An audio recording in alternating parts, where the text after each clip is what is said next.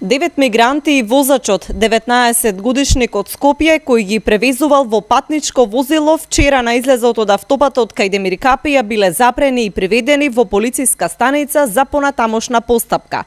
Како што соопшти МВР, вчера во 17 часот и 55 минути на автопатот Гевгелија Скопје на Клучка кај село Миравци, полициски службеници забележале патничко возило марка Мерцедес со скопски регистарски ознаки, собственост на 61 годишен маж од Скопје, а управувано од 19 годишник од Скопје, кој возилото го управувал без да се стекне со право за управување на возило кое се движело со голема брзина.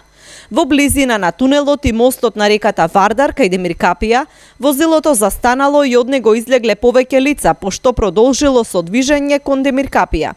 Кога возилото се исклучило од автопатот, било запрено од полициски службеници. На местото биле затекнати 9 лица мигранти без документи за идентификација. Возачот и мигрантите се приведени во полициска станица за понатамошна постапка, наведуваат од МВР. Се превземаат мерки за целосно расчистување на случајот.